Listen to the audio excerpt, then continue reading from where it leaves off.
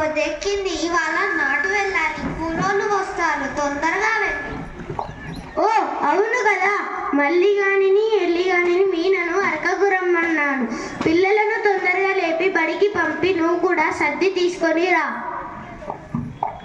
ఒరే గౌతమ్, లే, చెల్లెని కూడా లేపు, ఇద్దరు చదువుకోండి, నేను వంట చేస్తాను. నేను లేచానమ్మా, చెల్ల లేవడం లేదు, ఏడుస్తుంది. నేను చదువుకుంటున్నాను. నేను కూడా లేచానమ్మా, చదువుకుంటున్నాను. అన్న అబద్ధాలు చెప్తున్నాడు. ఇద్దరు కొట్టుకోకుండా చదవండి, నేను వంట చేస్తాను. చదువు ముగించుకొని తొందరగా రెడీ అవ్వండి. పోయి వెంకటమ్మ, టీ తీసుకురా. మొదలు పెట్టావని టీ కూడా, ఇప్పుడు మొదలు పెడితే రాత్రి వరకు ఎన్ని టీలు ఇవ్వమ్మా. తెస్తున్నాను అత్తమ్మ. నానమ్మ, నాకు తల దువ్వి బొట్టు పెట్టవా? దువ్వాను తెచ్చుకో. బడికి వెళ్ళి మంచిగా చదువుకోవాలి, తల్లిదండ్రులకు మంచి పేరు తేవాలి, అన్నయ్యతో గొడవ పడద్దు. అబ్బా సరే నానమ్మ, నా తల దువ్వేటప్పుడల్లా చెప్తూనే ఉంటావు ఈ మాటలు. బాగా చదువుకోవాలి, తల్లిదండ్రులకు మంచి పేరు తేవాలి, అన్నయ్యతో గొడవ పడొద్దని చెప్తూనే ఉంటావు. అయిపోయిందా మీ నానమ్మ మనవరాల ముచ్చట? బడికి వెళ్ళే టైం అయింది. అరే గౌతమ్, రా, బడికి తీసుకువెళ్తా.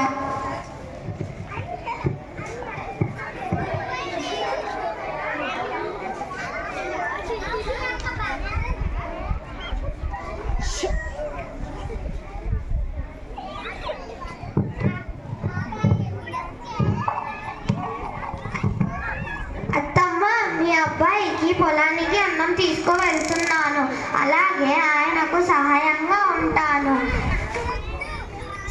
పొలం పని చేసుకొని సాయంత్రం వస్తాను. మీకన్నీ ఏర్పాటు చేశాను. మామయ్య గారు, మీరు అన్నం తిని మాత్రలు వేసుకోండి. మీరు కూడా వచ్చారు కదా, భోజనం చేద్దాం రండి.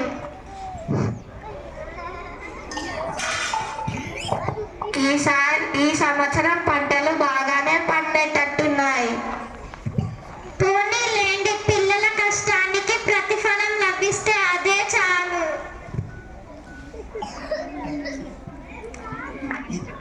సరే, నేను అలా ఊళ్ళోకి వెళ్ళి వస్తాను. సరే, వెళ్ళిరండి. నాకు కూడా పక్కింటి వాళ్ళు వస్తారు, ముచ్చట్లు పెట్టుకోవాలి. సాయంత్రం అవుతుంది.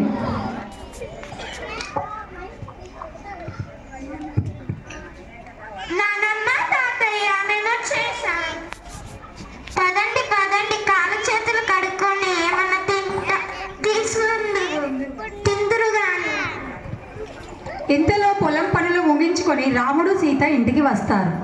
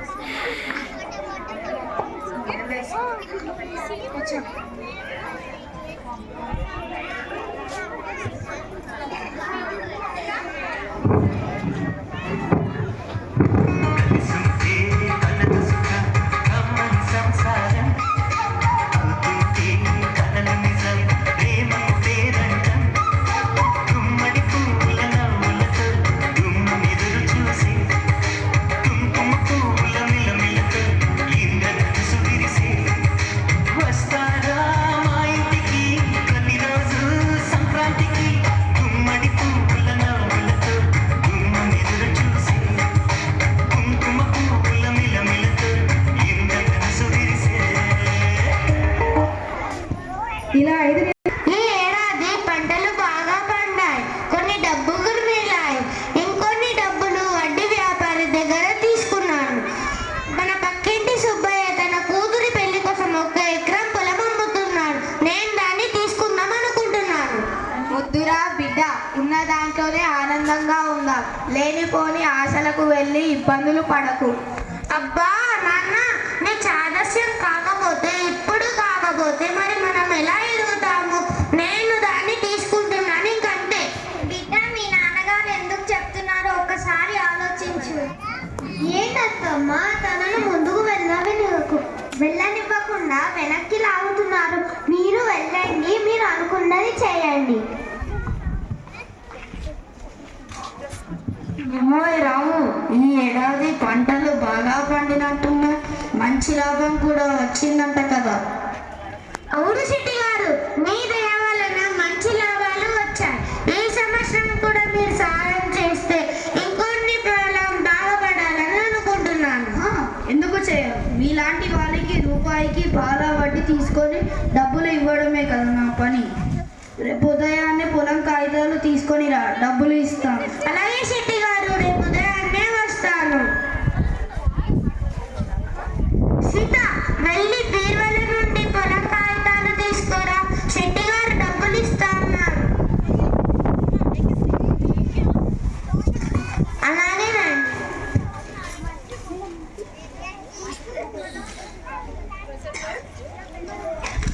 నాయనా, ఒక్కసారి ఆలోచించు.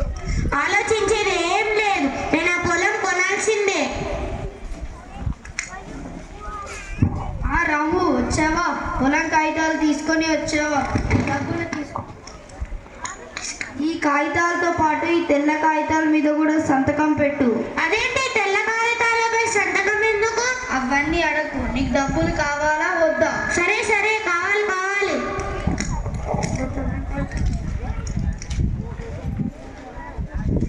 సీత, పద పద, మనం పొలానికి వెళ్ళి పనులు చేయాలి. ఇంకా మన పొలంతో పాటు అధిక పొలం ఉంది. ఎండనక వాననక చలియనక నీల మట్టిని నమ్మిండు, రేయనక పగలనక రాత్రనక కష్ట జీవిగా నిలిసిండు. ఎన్ని మానాలున్న కన్నీళ్ళను వచ్చిన ఆకలి మరిసిండు. మన ఆకలి తీర్చిన అమ్మ ప్రేమరా అన్నరా రైతన్నా. ఏమండి, ఈ సంవత్సరం అసలు వర్షాలే కురవటం లేదు. పైగా మన బాబేమో అప్పు చేసి ఇంకో పొలం కొన్నాడు. ఏమో వెంకటమ్మ, నేను కూడా అదే బాధపడుతున్నాను. అంతా ఆ దేవునిపై భారం వేద్దాం. అప్పుడే పొలం పనులు ముగించుకొని రాము సీత ఇంటికి వస్తారు.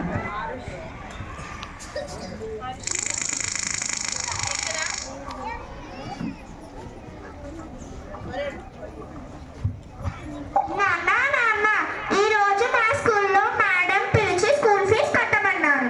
లేదంటే నా పేరు స్కూల్ నుంచి తీసేస్తానన్నారు. అవును నాన్న. బిడ్డ, నా మాత్రలు కూడా అయిపోయాయి, తీసుకొని రాగా.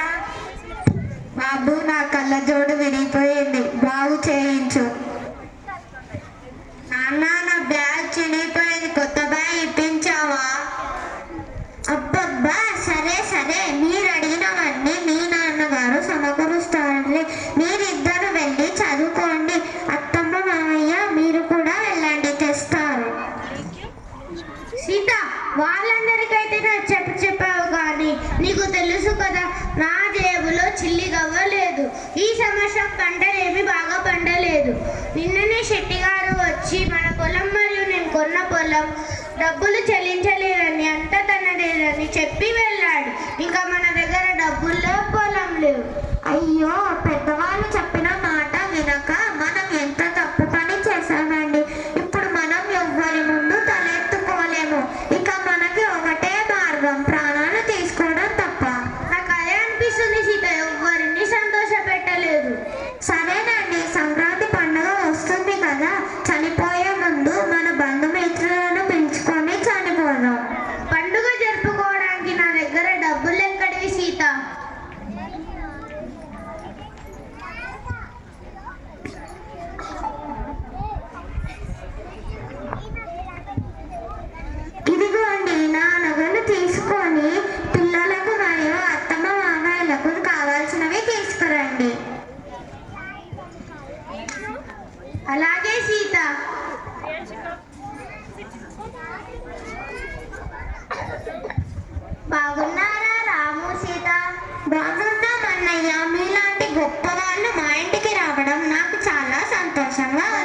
బంధుత్వంలో గొప్ప బీద ఏమిటమ్మా, మనందరం ఒక్కటే. అరే రాము, ఎలా ఉన్నావురా? బాగున్నాం రమేష్, నువ్వు ఇంత పెద్ద పోలీస్ ఇన్స్పెక్టర్ కదా, రావేమో అనుకున్నాను. ఎంత పెద్ద పోలీస్ ఆఫీసర్ అయితే స్నేహితులు పిలిచే రాకుండా ఉంటానా ఏమిటి?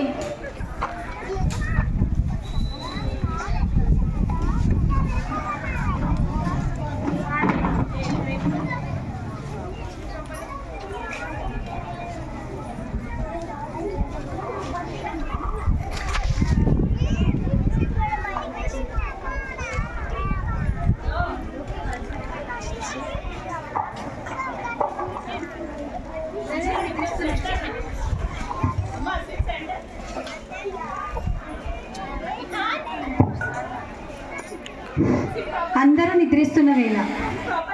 సాంగ్ అమ్మ. అందరూ నిద్రిస్తున్న వేళ.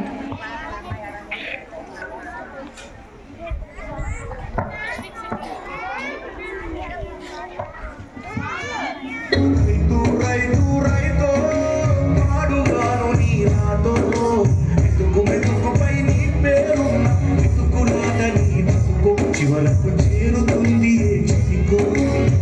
పండించే ధాన్యమే దేవుని గుళ్ళో ప్రసాదం, ఆ దేవుడికెందుకు తెలియదు మరి నీ ఇంట్లోని విషాదం. కళ్ళ కత్తుకొని తింటారు నీ కన్నీళ్ళెవరు పాపరు.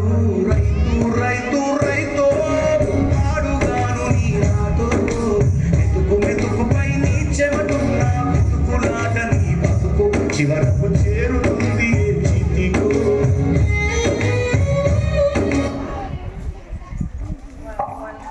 కానీ నేను సరిగ్గా అన్నం తినలేదు, నాకు కూడా పెట్టమ్మా. వద్దమ్మా, నేను వేరేది పెడతానులే. అదేంటమ్మా, అమ్మాయి అన్నం పెట్టమని అడిగితే పెట్టవేంటి? పెట్టు. పెట్టమ్మా, పెట్టు. వద్దు, నేను చేసిన తప్పుకు నా పిల్లలకు శిక్ష పడొద్దు. ఏంట్రా అదేంటి పిల్లలకు అన్యాయం అంటున్నావు? అన్నం పెట్టమంటే మీ మాట వినకుండా నేను అత్యాశకు పోయి ఆస్తి నష్టం, పంట నష్టం కలిగించుకున్నాను. శెట్టి గారు మన పొలాన్నంతా తీసుకున్నారు నాన్న. నీ పొలాన్ని అన్యాయంగా ఎలా లాక్కుంటారు? నేను ఇప్పిస్తాను. బంధువులు అంటే పిసుకంలోనే కాదురా, కష్టంలోనూ పాలు పంచుకుంటా. కష్టం వచ్చినప్పుడు దాన్ని ఎలా పరిష్కరించాలో ఆలోచించాలి కానీ ఇలాంటి నిర్ణయం